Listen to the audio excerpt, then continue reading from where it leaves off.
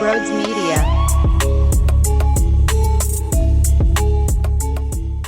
Gross. Just a gross effort in Boston. Let's talk about it. Before we do, though, welcome on in to Sports Talk with Brodes. If you are new to this channel, make sure you smash that subscribe button and the thumbs up button as well. And also, don't forget, you can search Sports Talk with Brodes on Apple Podcasts, Spotify, and all the podcasting platforms out there. And you can take me in the car rides with you. It's a sensational listen. And a 5-star rating with a review goes a long way as well. So thank you, thank you, thank you. And lastly, Coffee with Brodes every Monday and Thursday, live streamed right here on YouTube at 11 a.m. If you join the memberships here on YouTube, you also get access to our Discord channel. All the information is down below in the description. You guys are the best in the world. Love you and enjoy the show. Well, 2 things. 1, I just had Ritas. I went with the Swedish fish. So if my mouth is red, get used to it. 2, Aaron Nola stunk. Whoa. That second inning allowed 5 straight hits. 5! 4 were doubles! 4 out of 5 straight hits were extra base hits? Dude, what the hell was that? That was a bad game, man. And as soon as Kyle Schwarber got us right back into this thing, 3-run jack, a few walks in a row right before that. Ay, ay, ay, dude. 2 singles after that? The curveball had no danceability at all? Wow. So Boston gets to essentially win the NBA Finals by taking a 3-0 series lead. And in the same exact week, gets Tom Brady's huge-ass retirement at, come on. What's the name of the damn field there? Foxborough. Gillette Stadium. And then the Boston Red Sox wins a series and annihilates the Phillies big time. This was ugly. This reminds me of the start of the season when I couldn't handle the losses to Atlanta and to Cincinnati. I was worried with the lineup when we first got the news of who was going to be hitting 6th, 7th, 8th, 9th. I thought that would be our biggest problem today. I didn't think it would be Aaron Nola giving up 1 billion runs. I thought we'd have a pitching duel, if anything. 2 gems. Batting 5th in Mundo Sosa. Batting 6th, David Dahl. Batting 7th, Whit Merrifield. Batting 8th, Garrett Stubbs. Batting 9th, Rojas. And believe it or not, why do you think Kyle Schwarber was even available at the dish with bases loaded when he cleared them with the double? The bottom of the lineup. Now, there was a sequence earlier where Whit Merrifield got a hit, and then Stubbs followed that up, so you had 1st and 3rd, and I guess you can ask the question, what are the odds that you can constantly get hits from those type of dudes enough where there's actually some sort of run production? Rojas ended up getting out, so no runs were scored, and, I'm just wondering, is that even something that you could rely on at all? But that's by far 3rd or 4th in regards to commentary. You can't win with this level of pitching. Christopher Sanchez was getting crushed. Aaron Nola was getting squared up like I've never seen before. So do we chalk this up to one of those days? Or is there a correlation with the trip to London? Now, I see some out there that are very angry all of a sudden with how the Phillies handled the travel, and should Aaron Nola even go to London if he's not going to be pitching? Isn't that ruining his body clock? As if the Phillies would ever tell Nola, sit home in South Jersey while the rest of your team flies to the United Kingdom and plays. Like, that's never in the cards.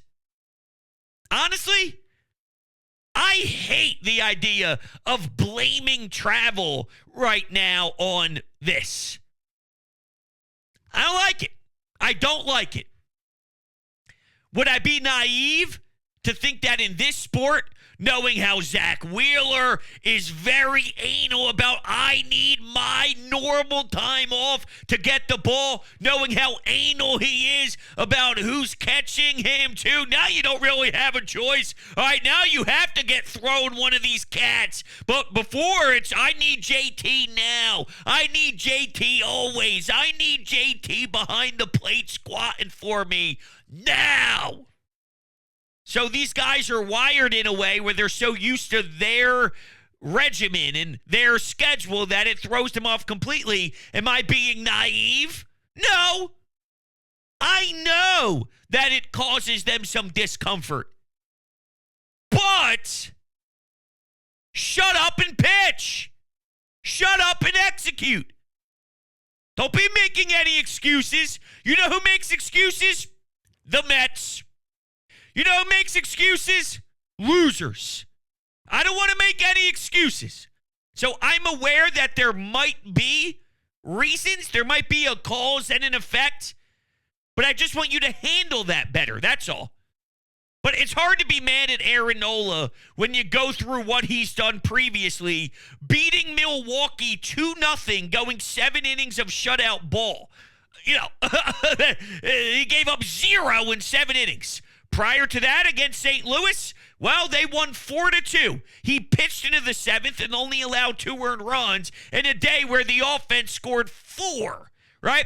Prior to that, in Colorado, they win 8-4. He gives up 2 runs in 6 innings, a quality start. Prior to that, they win 11-5 in Washington. 7 innings pitched, 2 earned runs. Prior to that, they beat the Mets. He pitched a complete game shutout. 9 innings, 0 earned runs, only 4 hits. So those were his last 5 outings. And then you got a loss against Toronto on May 8th? May 8th. So just to put it in perspective, you know, he's been ridiculous. So to see him struggle the way that he did, it's annoying, but I can't crush the man. I don't know how the umpire behind the plate still has a job, but what do you know? Major League Baseball stinks. I got a buddy of mine who's not really the biggest baseball fan in the world. He dabbles. I'd say he's a casual fan, but I know he loves to throw around some cash. I know he's always looking for an opportunity to make some dough. And he said, Brodes, what the fuck was that call on a 3-1 pitch that should have gave Aaron Nola an opportunity with a full count to maybe limit what happens in that inning instead of a 3-run bomb to Tyler O'Neill? What the hell is that crap? And I said, dude, I don't know. I thought we got rid of Joe West. I thought we got rid of Angel, but they all stink. You can't screw that up, man. You just can't. Obviously, Aaron Nola wasn't sharp as it is, but still, when you're really grinding that badly, you can't get boned behind the plate, too. Absurd. It's one of those games where it's a channel flipper, no? 7th inning, 8th inning, 9th inning. You're not on the edge of your seat watching every single second. You're checking out what's happening in the NHL playoffs. You're seeing what else is going on. You can't dive in the way I want to dive in, and it pisses me off because all day I was waiting to dive all in because you got 2 stars in the league taking the mound. And it was for the series. So I wanted to win a damn road series following London, sour taste in your mouth in London to the Mets. You get a chance to win a series against Boston to put that second game behind you and move into Baltimore. That will be a packed house with some juice and some momentum. Instead, but we'll see what they are capable of doing when there's some questions. That's all. You dropped the series. It's not the end of the world. But right now, we're wondering, all right, what's going to go on here? How are they going to look? What will they do when they head to Baltimore? Will they snap this streak of falling in series when they're away from Citizens Bank Park? Or will Baltimore pound you? Now, I don't know exactly what Atlanta did. I guess now would be a good time to see what happened or what the score is against. Oh, they didn't play today. Is that right? Did they wrap up that series already with Baltimore? Did they get swept? Let me see here. Oh, no, the Braves won 6-3. When was that? June 13th. What's today's date? Oh, they did play today. Okay, I apologize. I must have missed that on the scoreboard. So they salvaged the series. Boo! I wish they got swept. All right.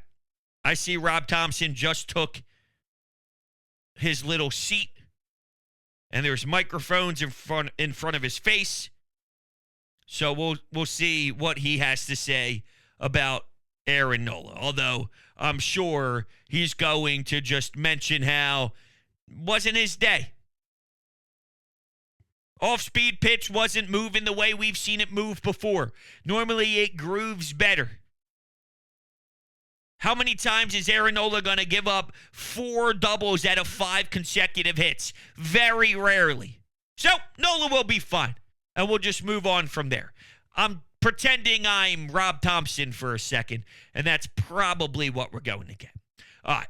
While he's speaking, we'll catch up on that momentarily. Let's take some anytime hotline calls. This is the exact reason that all the callers that this entire season, last season, have been calling and complaining about Aaron Nola. Why? And you've been backing him up.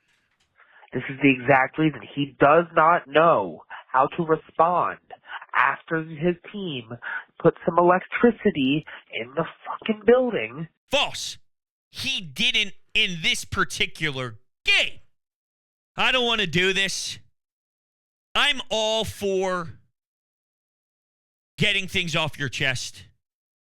But what we can't do is act as if Aaron Nola can't pitch well, and every time that the Phillies score runs, he just becomes a terrible pitch. It's just not true. I just sort of ran through it. On Wednesday, June 5th, he pitched against Milwaukee. They won a game where he went 7 and gave up 0. Like, here's the thing. Let's pretend, and you're wrong, but let's just pretend for discussion's sake that that is true. You're wrong, but let's say it is true. Where every time the Phillies score runs, he automatically gives it right back up, and he is a problem.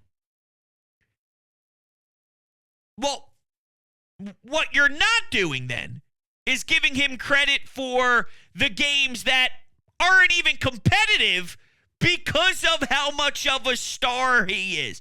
For example, hold on. That was a complete game shutout, so I apologize. The game on May 14th, I was going to pick that one out as they won 4-0. They win by 4. The Mets don't even squeeze out anything on the board. He goes 9. He strikes out 8, but, maybe that's not the best example in the world.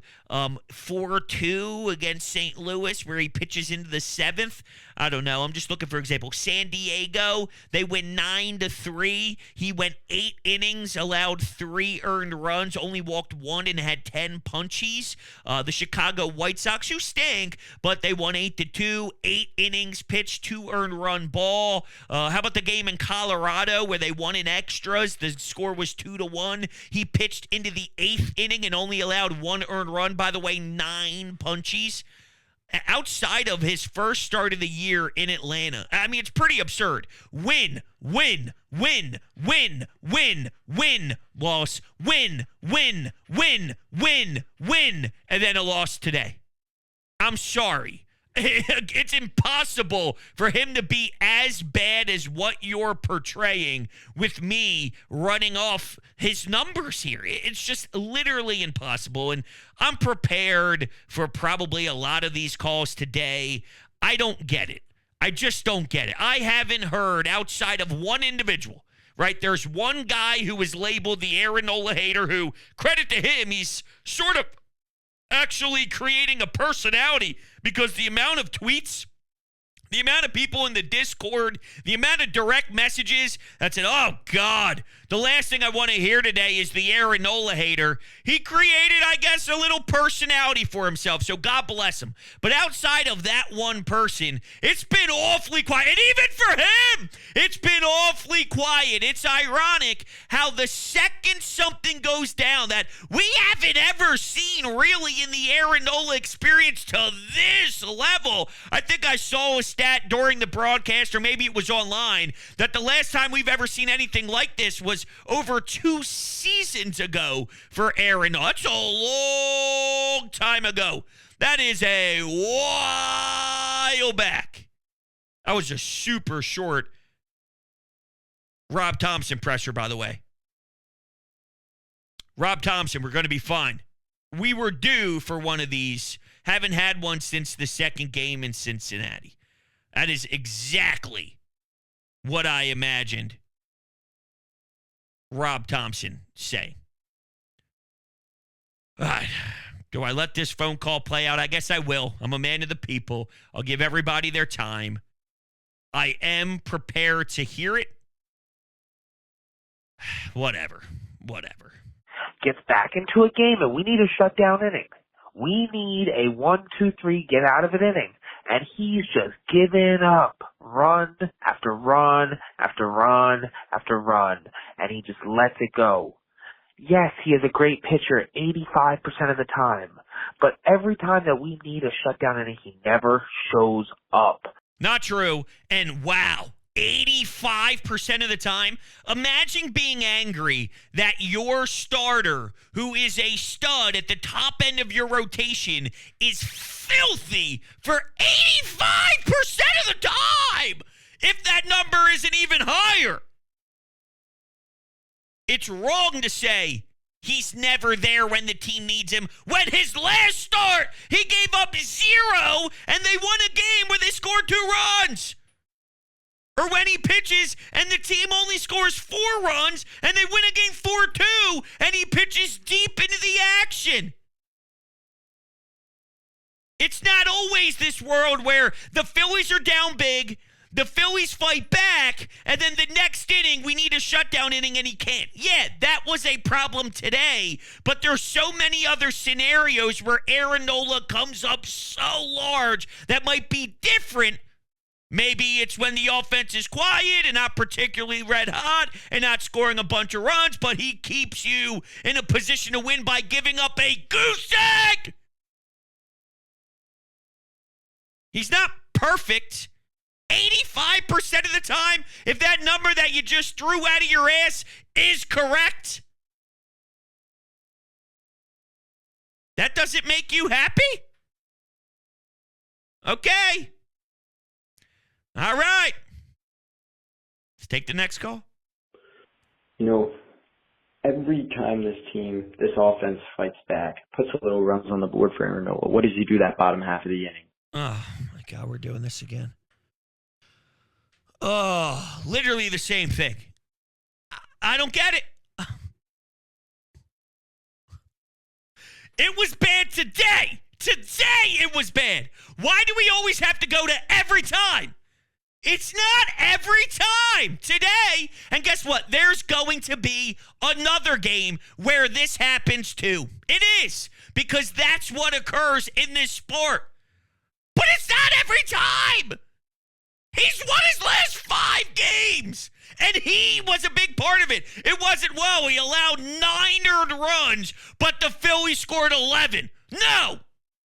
Quality start after quality start after quality start after punch out after punch out after punch out.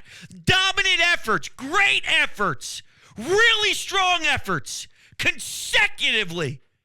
He has a stinker. It's not every time.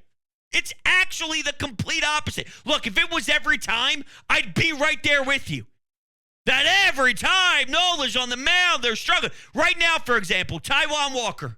He's actually coming off of one of his best outings this season in London. But prior to that, you could start making the argument that, man, every time that splitter's getting cooked, every time he's getting squared up heavily. This is eye-popping and numbing to see Aaron Nola get tattooed the way he did. Because we never see it. So I hope they're all not like this. But I'll let it continue. I had to hit pause. Because I can only take it in doses. He was so bad tonight. He was getting shelled like I've never seen shelled before. Your team shows a little bit of fight and you let them down with that. Got to win 2 or 3 in Baltimore now. Got to hope Zach Wheeler and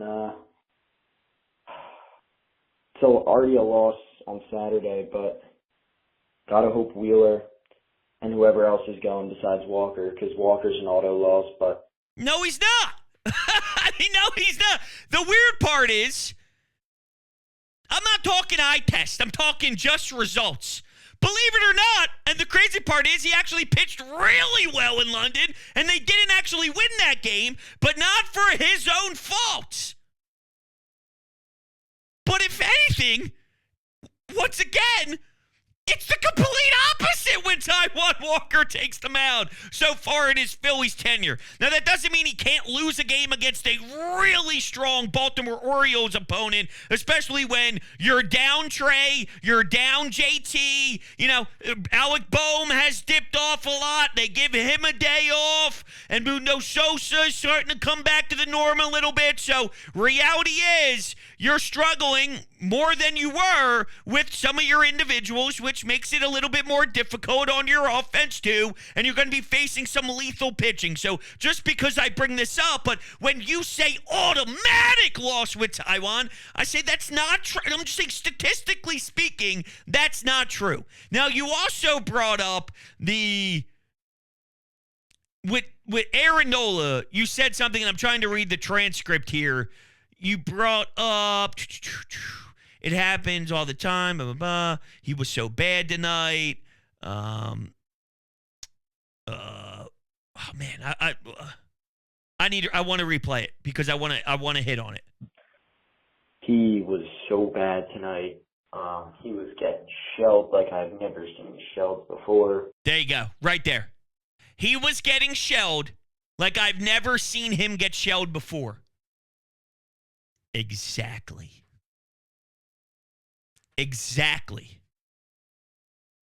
I don't like giving free passes, and I'm not. I need him to be better. What we can't do is jump to these wild conclusions.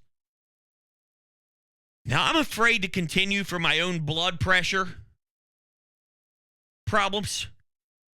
I'd imagine I have blood pressure problems. I don't actually physically know. I'm just taking a wild guess and making an assumption. But I guess this is what I signed up for in life. Let's go to Tyler. What's going on, folks? I'm calling in the bottom of the 7th inning. I don't really got much to say about this team. I'm already raged out. I already screamed at the top of my lungs earlier in the game. This offense needs to get it the fuck together if we're going to win games. That's all I can say. I'm not going to go overboard with this. You know, Aaron Nola, for the Aaron Nola hater wants to call in, fucking have at it. But we're not going to have perfect pitching games. We're not going to have perfect defense games. The defense and the pitching is really what helps you win games more than anything. Obviously, the offense is going to score points for you, but when they don't, that's the problem, and that's my complaint almost every single time we lose. Lose to the Mets in London, lost to the Mets way back a couple months prior, the loss to the one loss to the Nationals, the loss to the Marlins, the one loss to the Rockies and stuff. The games look very familiar. They look very identical to one another. Offense has to do more. Wake the fuck up. Where's Shorebombs woke up in the first one against the Red Sox. Where the fuck is he at now? Well, today he cleared bases, but we got to get more from the offense. That's all I got. Well, okay, a few things here. I still put this call in the category of I want to blow my brains out, but it's a step down from the others, and maybe it shouldn't be. I don't know. They are going to lose baseball games, right? When you say, remember that loss a few months back, and you have to choose the one a few months back because all they've been doing is winning at an epic rate for quite some time. So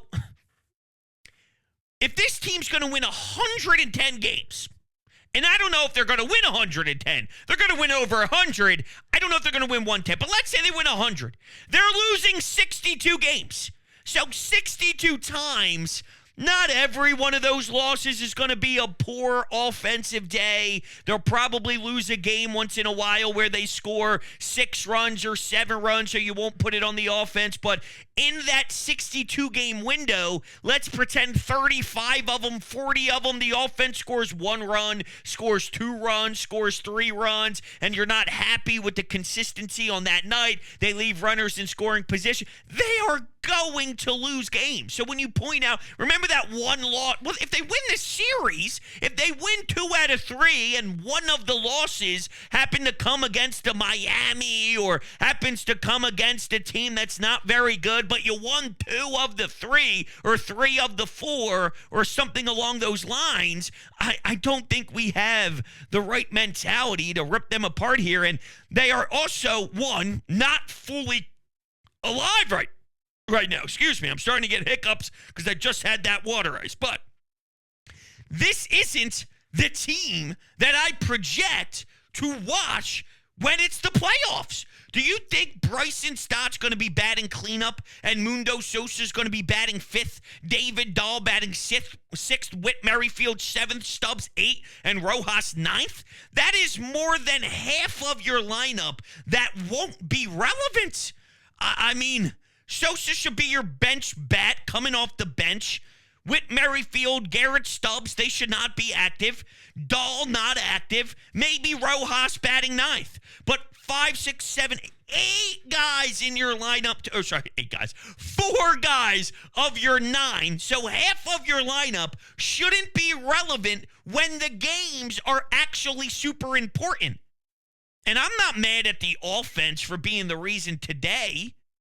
And you can't crush Kyle as he hits a bases-clearing double and knocks in all your runs. I don't know. I think we are losing our minds. I think we are having a difficult time understanding what being a good baseball team is like. And also just context on where they are currently with all of these injuries, right? I mean, it's true. And this team is different than other teams for the Phillies franchise with this core, meaning there was once a time where this team was built and only built to win games by hitting a bunch and hitting a lot of home runs and scoring a ton. We called it the softball lineup. That's no longer the case. So while I do want my offense to get going, and I do want them to rally and whatnot, but I think a healthy JT and Bohm getting back on track and everyone sort of getting into their solidified role, it will organically be created once again. They're just not there. I just gave you half the lineup that are role players, right? It's what it is. Their starters are serious. Their bullpen is serious. Their defense is so different than when the team was just big boppers and poor D. Kyle Schwarber left field, Rhys Hoskins first base, Alec Boehm who couldn't play a lick at third base. This is what your defense was, and you had to make up for all of those errors by smashing a billion homers. You can sweep a series against a division leader in Milwaukee by only scoring 7 runs because you play excellent defense and you have really good starting pitching. That's real. It's not just fluky. It's not random. It's not just happenstance. It's actually a part of this team's winning, and it's a part of their culture. Now, you don't get it every single day because they play every single day, but you get it at, I don't know, let's just throw the number out that someone else mentioned previously and say 85%. Well, if you get that 85% of the time, guess what? You're winning over 100 games, and you are a scary team. All right? Let's take another one. What's happening, Brodes? It's the bottom of the 7th inning right now. I don't see these guys, unless something miraculous happens, getting back into this fight, but I'm putting everything into context. Aaron Nola hasn't pitched in a few days. He's probably out of whack. I understand being frustrated that he didn't get that strike, but I mean, that's no reason to melt down. But it's nothing I'm not freaking out over it. I mean, we got what? Marsh is out. I know he has his rehab, but Marsh is out. Turner's out. Our catcher is out. I don't know why I can't think of the name. Maybe it's just because I'm just kind of mind blown right now with how bad we're pitching. But JT, look, it's another day. It'll be another day once we get things through. So, hey, look, wipe this little clean, flush it out, go to Baltimore, try to get things back in order again. I know they're a tight team, but we'll make it happen. So, go Phils.